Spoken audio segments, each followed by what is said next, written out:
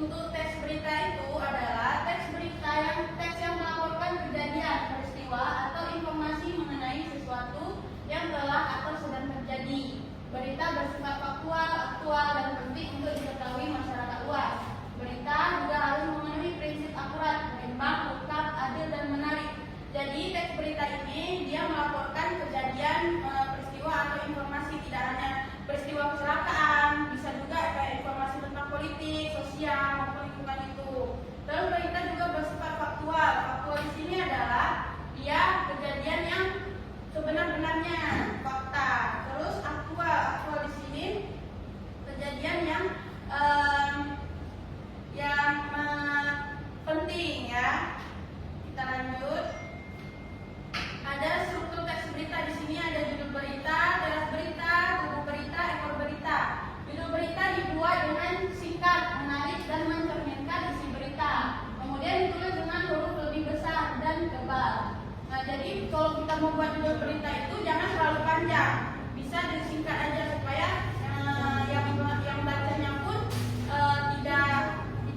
tidak padas. Dan di sini huruf lebih besar maksudnya ukuran fontnya lebih besar. Terus ditebali. Kemudian teras berita. Di sini teras berita itu membuat inti berita. Terus menjawab minimal 3 unsur, yaitu what, who, when, atau where. Biasanya terdiri dari satu paragraf berupa 30 sampai 40 kosakata. Terus tubuh berita. Di sini merupakan penjelasan lebih lengkap dari teras berita tadi.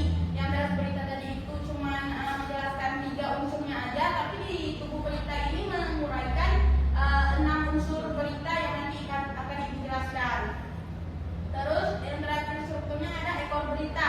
Ekor berita ini tidak terlalu penting, tapi biasanya penulis itu membuatnya dengan menambahkan informasi pendukung seperti sumber-sumber yang ada di tempat kejadian gitu ya. Lanjut. Nah, ini ada unsur teks berita, ada what, ada who, ada when, where, why, dan how. Ada yang pernah dengar nggak ini unsur teks berita? Pernah. Coba jelasin Najwa, unsur berita ini bagaimana? Jadi di dalam sebuah teks berita itu harus mengandung 5W 1H. Jawaban dari 5W 1H. Ya benar. Jadi kayak what itu berarti dia menanyakan peristiwa apa yang terjadi. Terus siapa yang terlibat dalam peristiwa itu. Terus kemudian when, kapan peristiwa itu terjadi, sampai seterusnya. Kemudian ada ciri kebahasaan teks berita, itu mencakup 7 ciri kebahasaan. Yang pertama menggunakan bahasa baku dan formal. Nah, di sini membuat teks berita itu tidak bisa menggunakan bahasa yang tidak baku. Kita gunakan bahasa yang baku, jangan misalnya kan kata baku enggak, tapi kita buat di teks berita itu enggak, tapi kita buat tidak. Terus menggunakan kalimat efektif dan lugas. Dalam membuat teks berita itu kita membuat kalimatnya jangan kalimat yang boros ya. Terus yang ketiga menggunakan kata kerja transitif. Apa itu transitif? Yaitu yang memerlukan objek. Kalau intransitif itu memerlukan objek. ya benar. Terus kemudian menggunakan konjungsi temporal seperti kemudian, lalu, setelah itu, atau sebelum itu. Terus yang kelima menggunakan keterangan waktu dan tempat. Nah, masuk keterangan waktu dan tempat. Biasanya kalau kalian ada baca berita itu di awalnya ada misalnya Banda Aceh 23 November 2025. Nah, itu dinamakan dengan keterangan waktu dan tempat.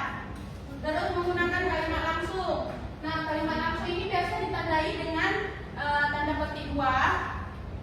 Itu dinamakan kalimat langsung. Tanda aja kalau misalnya ada tanda petik 2 itu dia berarti menggunakan kalimat langsung. Kemudian menggunakan kata kerja mental seperti mengatakan, memberitahukan, mengungkapkan. Kayak contohnya misalnya polisi mengungkapkan bahwa kecelakaan ini bla bla bla bla gitu. Nah, ini ada contoh video berita. Ini ya. Sekali dia makan. Dia dalam itu kan? Ya, insya Allah. Itu manis sekali. Iya dong, kasih ya. Lagi bahagia ya.